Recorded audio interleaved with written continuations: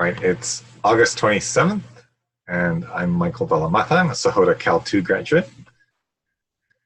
I am Angela Agresto, also a Sahota Cal 2 graduate. And we're going to be talking about social media and branding for independent Agile coaches. And this is a super lightweight introduction.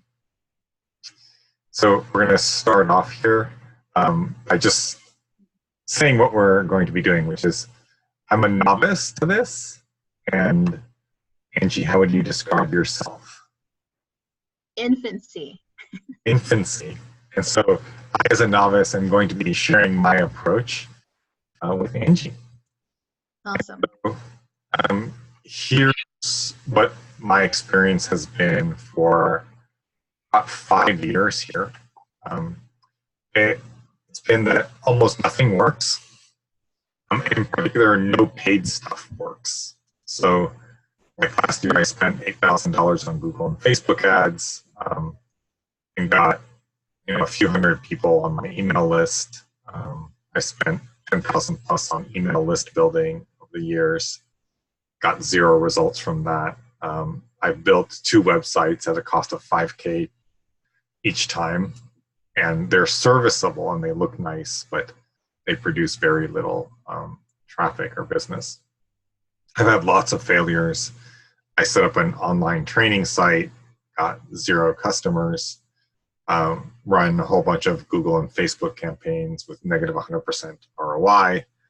There was a period of time where I tried to hire a full-time salesperson because I decided that I had no idea what I was doing, so let me hire a full-time salesperson. And I just failed to find someone that I wanted to hire.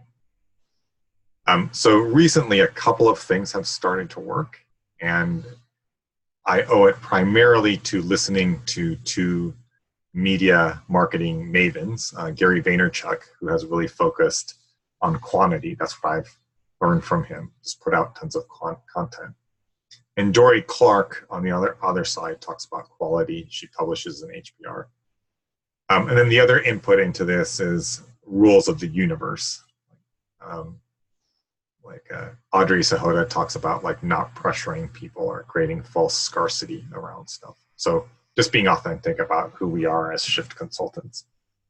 So those are the 4 inputs into what I do. Just wanted to give that background. Angie, any comments or thoughts on that? No, I think this information is really, really helpful, especially for somebody like me who has not taken the time to put any effort into personal branding. So here's what I do today, roughly. So I tweet every day, just about. I publish an article every week, primarily on LinkedIn, also InfoQ every once in a while. And just recently, I started trying to create a relationship with D-Zone, which is similar to InfoQ in that it has a very large market.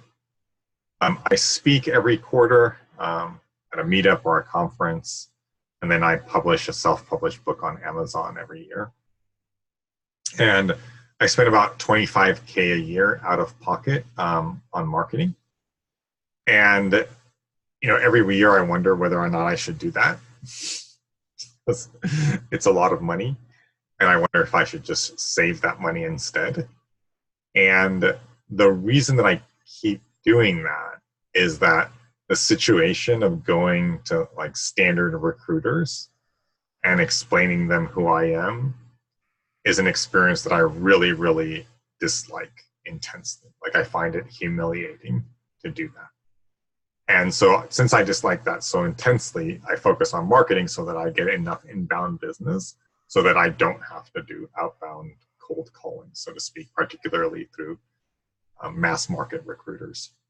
And so examples of what I spend this $25,000 on are speaking mentor. Whenever I give a talk at a conference, I have a speaking coach, and I show up and I give the talk and they give me feedback. A writing mentor. About a third of my articles are deeply influenced by writing mentors, and then marketing mentors, course mentors. Any comments on that, Angie? So you shared a little bit about what a speaking mentor does. Yeah. When we chatted before. Yeah. But I think it would be great for you to give a little bit more information on what that looks like, and additionally on the writing mentor as well. Yeah. So the speaking mentor is a person I show up and I essentially give the talk that I'm going to give. I give it in really tiny snippets, like a few minutes to 7 or 8 minutes. Then we stop and then she gives me her feedback. And it's not content feedback usually, it's process feedback or form feedback. You know, what my tone of voice is the spacing good? Is my movement in the room good? Are my gestures coordinated with what I'm saying? Things like that.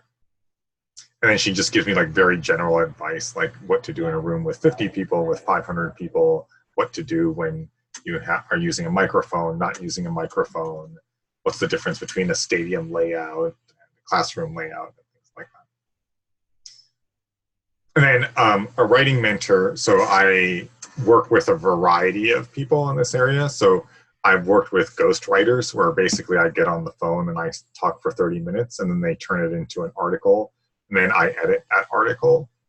And then I've worked with other people who are just sort of like editing the writing, copy editing the writing that I create. So those are a couple of examples. And then I've taken some courses for marketing and brand building as well. Awesome. Thanks for sharing the additional detail. Okay. And so, as I said, the key benefit that I see to this from a business perspective, right? There's obviously community and sharing perspectives on this, but the immediate benefit is inbound requests. And so I'm getting about one inbound request per quarter. And these are just some examples of that. So Q3 of last year, about a year ago, I got a big tech company in the San Francisco Silicon Valley area called me for a 2-day training, and that led to 10 days of follow-on coaching. In Q4, a 100-person private company called me, and I did a seminar for the CEO and all the staff. And you see just other examples of that. Really fun is that in November 15th, in a couple of months, I'm going to be giving the keynote at the regional Scrum gathering. So this is the first time that I'm keynoting a Scrum gathering. And I asked the person who invited me, you know, why it was that they had invited me. And they specifically said my LinkedIn articles. And as you know, Angie, I just got an inbound email from a very, very well-known person in our space that was just directly responding to one of my LinkedIn articles. Yeah. And so my hope is that this will increase so that I don't need to do any outbound work whatsoever. Okay, and so the goal is this infinite opportunity, and I just happened to come across this LinkedIn profile of Guido van Rossum, who created the Python language. And you know, he says in parentheses, "No recruiters, please." And this is sort of like part of my vision. I would love to be, you know, 2 or 3 years from now, where I never have to talk to a standard type of recruiter again, because I have done so much stuff. One thing that this does point out is that this marketing is not fluff, right? It's you build something that's really valuable and then you share it. So you do those two things. And so building the core thing matters a lot, and then figuring out how to share it. Now, I'm going to be like a little bit cocky here, but I think that with you, me, Shift Consultants, building the core thing that's valuable, that's not the hard problem. The hard problem is figuring out how to share what we know. Yeah. Your thoughts on that? I agree. I think there's content in almost every conversation that we have with our clients during the day, and you and I talk about this regularly, you know, that we need to find different ways to capture what it is that we're doing so that we can actually use that content for writing articles or putting information together to share with the rest of the world. And then one measure of having infinite opportunities is turning down opportunities. And so in the last few months, I've turned down more opportunities than I have in my previous 10 years as an Agile coach. So I turned down a contract extension earlier this year. I turned down a significant full-time offer. I ended a couple of conversations. And so this makes me happy because it suggests to me that I'm like moving to this place of abundance where I can say no because I've got so many inbound requests. And so it's key to be known for something. And I have this sort of quiz question for you. So I'm going to put up names and I'm going to ask you what they're known for. So what's Sharon Bowman known for? Brain science and training from the back of the room. What's Michael Sahota known for? Shift in consciousness, the Sahota Lulu playbook, agile mindset versus agile process. What's Mike Cohn known for? Mike Cohn owns Mountain Goat Software. He's a very well-known agilist in the community, has been working in the agile space, got to be for like 20, maybe 30 years. And what do you want to be known for?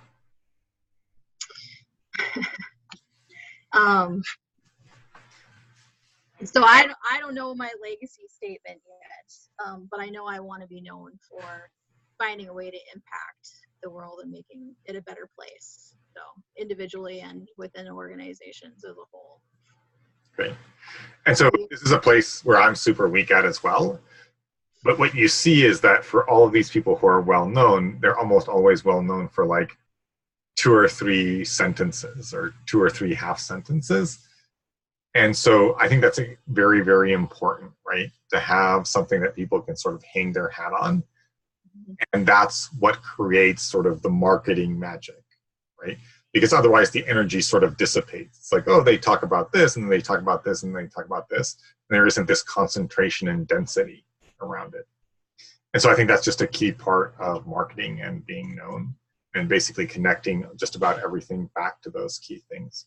So I've totally failed to do this and I'm working on it. And so part of the reason that personal branding matters so much is that we're agile coaches and anyone can call themselves an agile coach.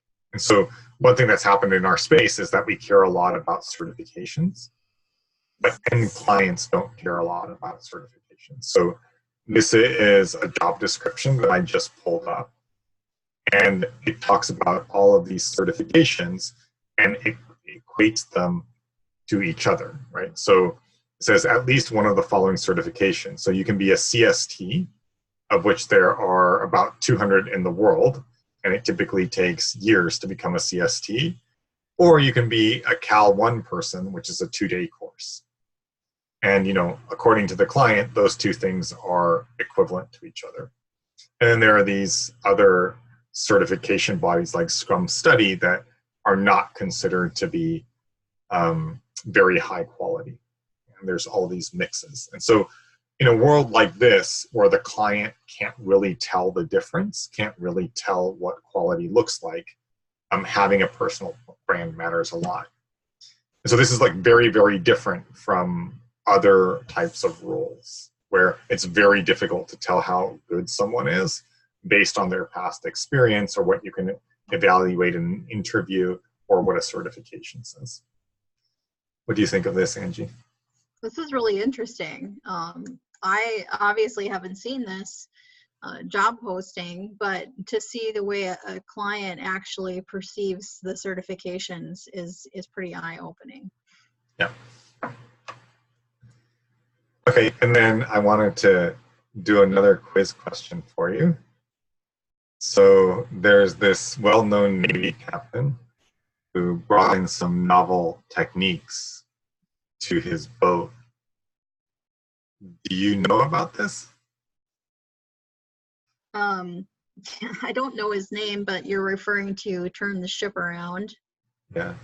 And so this is like a little bit of a gotcha question, because it turns out that the book that everyone knows about in the Agile community, Turn the Ship Around by David Marquette, it's a fairly recent book. It's considered one of the 2 most important culture books in the Agile space, along with Frederick Laloux's Reinventing Organizations. But it turns out that 10 years earlier, another Navy captain wrote a book that was essentially identical, okay, talking about how he turned around a ship from worst to first using novel, what I would call agile management techniques. And I wrote to him and I said, isn't the new stuff very similar to what you did? And he wrote back, many, many similarities. Mine came out in 2002, his came out in 2012. So he had it 10 years before Marquette did. And he's definitely well known, he gets paid to speak, etc., but not nearly as well known as Marquette. And what's the difference, right? The difference is marketing and branding. And so this is something that I find like sort of super important because I want agile coaches and good agile coaches to be well known. So part of the reason I'm interested in marketing and branding is that I want the agile coaches who have really significantly contributed to actually stand out and not be in second and third place relative to the people who are just really good at marketing and don't have a lot of content. That's really cool. This is a great example. So my technique, or one of my key techniques when I don't know anything, is just to find people who I sort of like and copy them. And so the first person I'm going to talk about is Gary Vaynerchuk, who is a very, very well-known person in digital marketing. He runs a 1,000-person firm called VaynerMedia in New York. And he has this idea of creating pillar content. This is foundational content. And then taking that same content and then sending it out over a whole bunch of different social media platforms, right? So there's some foundational piece of content like our developmental relationships work, and there's a LinkedIn article, there's an Instagram story, there's a Facebook post, there's a large number of tweets out of it. But the content, the foundational content is the same, and you're just getting different facets or different looks into it for different audiences. And then a key thing is you watch how people respond, you watch the comments, you watch the shares, you watch the likes, and then you focus in on the things that people like and engage with, and you produce more of that content. So then you narrow in on what your audience actually likes and responds to. What I like about this pyramid is that it actually demonstrates how to repurpose content. So you don't have to spend your time creating new stuff all the time, but take something that's really solid and really good and then break it apart into chunks and continue to utilize it to leverage benefit. Right. So one of the key things here is that you get this sense from people who are social media experts and mavens that they must be just unbelievably productive because they put out so much content. But in fact, what they're, I think, probably doing is this or some variation of it, right? Yeah. You're seeing the 30-second video, you're seeing the 90-second video, you're seeing the short blog post, you're seeing the long article, you're seeing 100 tweets from the same content. And so it's actually, the work is being done in this repurposing into micro content, which is the second step here, not in the pillar. It's not that every single thing that they're saying is new. They're actually sort of repeating the same thing in slightly different ways on very different platforms in a way that's appropriate for that platform and for that audience.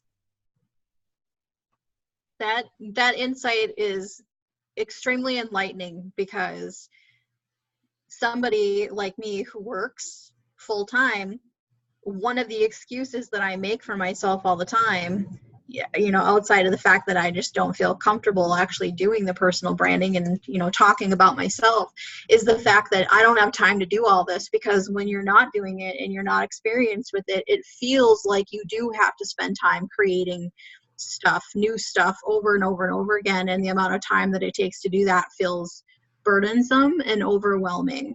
And so the way that you just explained it using this example demonstrates completely the opposite, which I think a lot of people will find enlightening as well.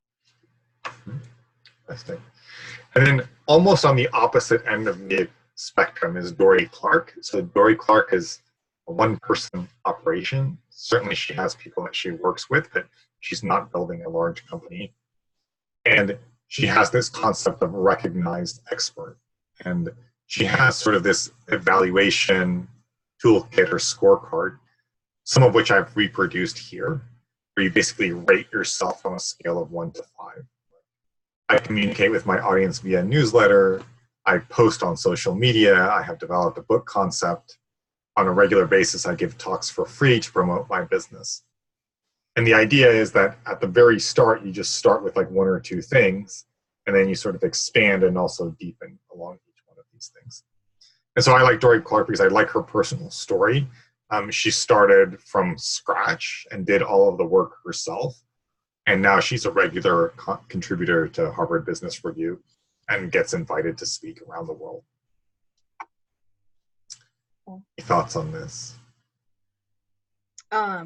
This is the type of work that I felt like was required, like doing all of these things. So this feels much larger and requires more effort than the first example, or at least that's how it feels. It might not be an accurate reflection, but that's what it feels like when you show the two examples side by side. Okay, awesome. So here's one thing that I got from Dory, which is when you put like a blog post together, an article together, if it's a really good article on that topic, then it will be sort of evergreen and people will continue revisiting it again and again and again. And so that's a very sort of interesting and powerful thing to do. Okay, so now I'm just going to talk about what my Twitter, LinkedIn, and website look like. And so these are the three main things that I do. So here's what my Twitter looks like. And you can see that even though I've been tweeting for a long time fairly actively, a year and a half, I have 2,000 tweets or something like that. I only have 600 followers, so it's a very, very small thing. It is the case, however, that nowadays people do look at your social media to see what kind of person you are and what kind of work you do and what thoughts you have. So I've had people in interviews tell me, I went through your Twitter feed. So Angie, where are you on tweeting and what's your level of interest in it? My current level is 0. And it is something that I need to work on, and I plan to. I just haven't started yet. What's your Twitter handle? It is Inspire Agility. Inspire Agility. Okay. And then when you say you have to do it, does that mean that you've decided that Twitter is going to be one of your social media platforms? Yes. Yep. Okay. Excellent. The second one is LinkedIn. So I shoot for about one post per week. When I say I shoot for one post per week, it emerges nowadays organically. So it's not that I have a content schedule and then I'm sort of like sitting there on the weekends racking my brain. When something comes up for me, I just write something down, and it typically takes me like 2 or 3 days to adjust it or modify it. And then I publish it. The other thing is doing things like this and turning this into a video, which then goes on to LinkedIn. And so as you can see, a whole bunch of people visit it, and not that many, but here was an article that had 626 views. And you can see here in the first column, the different companies and then what their job titles were, the geographic area. So this is sort of the information that you can get, the analytics that you can get. The other thing that I would mention here is that this article, the title is at the top, Financial Survival for Independent Agilists, is a little bit edgy. And so one thing that I found is there's sort of like a core set of things that I think are standard in the Agile community. And every once in a while, I'm interested in something outside of it. And when I'm scared to publish it, that's when I know that it's outside of it. And what I found is that the reactions sort of fall into 2 categories. They're either totally ignored or they get a lot of reads. So like this one has 4 or 5 times as many reactions and comments. As you can see in the upper right-hand corner, 43 reactions and 23 comments than my typical article gets. And that's probably because it's unusual. So that's an interesting thing to play around with, right? Is everything that you do doesn't have to be in the core. You can just share other stuff as well because it also might be of interest. That's good to know. And then the final thing I'll talk about is my personal website. And so this is the website that cost $5,000 create. It's the second website that I spent $5,000 on. And my view of my website, I've never had my website do anything for me.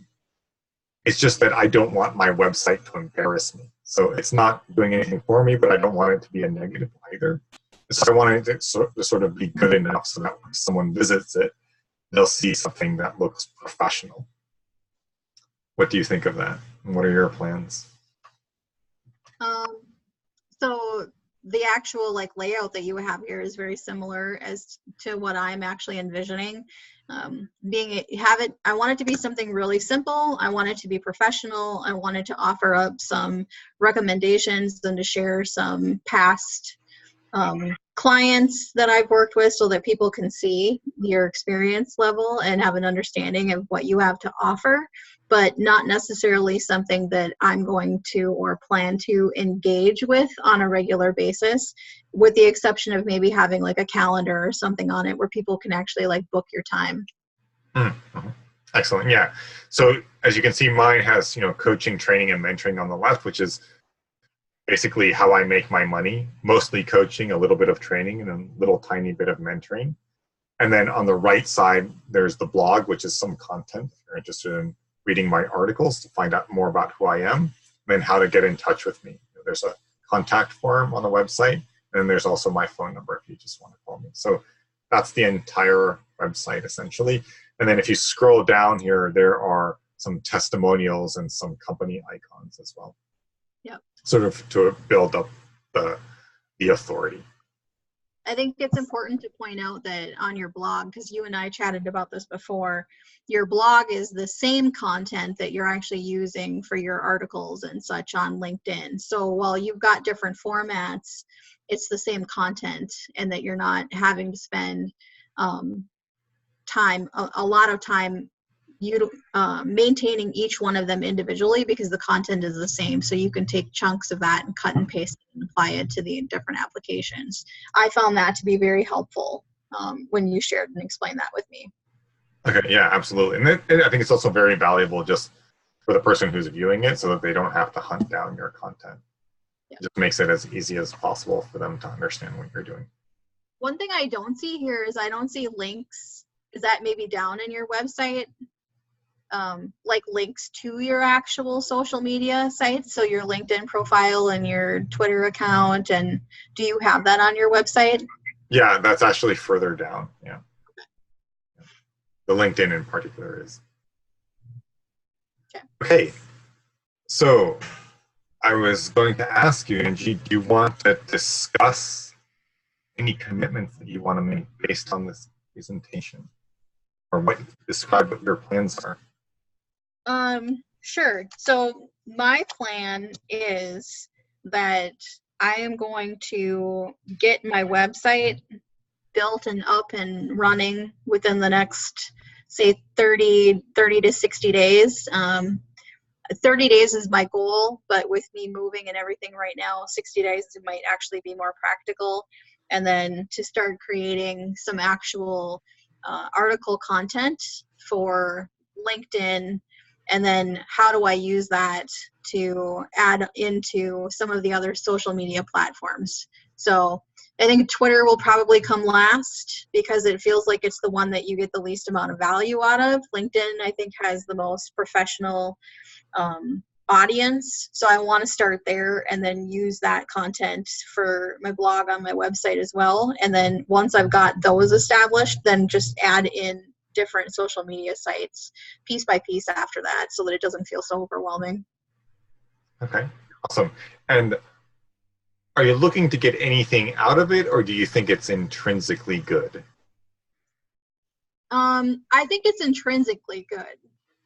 I'm not doing this right now from a perspective that, hey, I want to do this because I want to get jobs out of it. I'm doing it because I personally have not spent the time to work on personal branding for myself at all. Like, I have a LinkedIn profile and I don't do anything with it. It's relatively current. About every time I need to look for a new job, I think about going out there and updating it.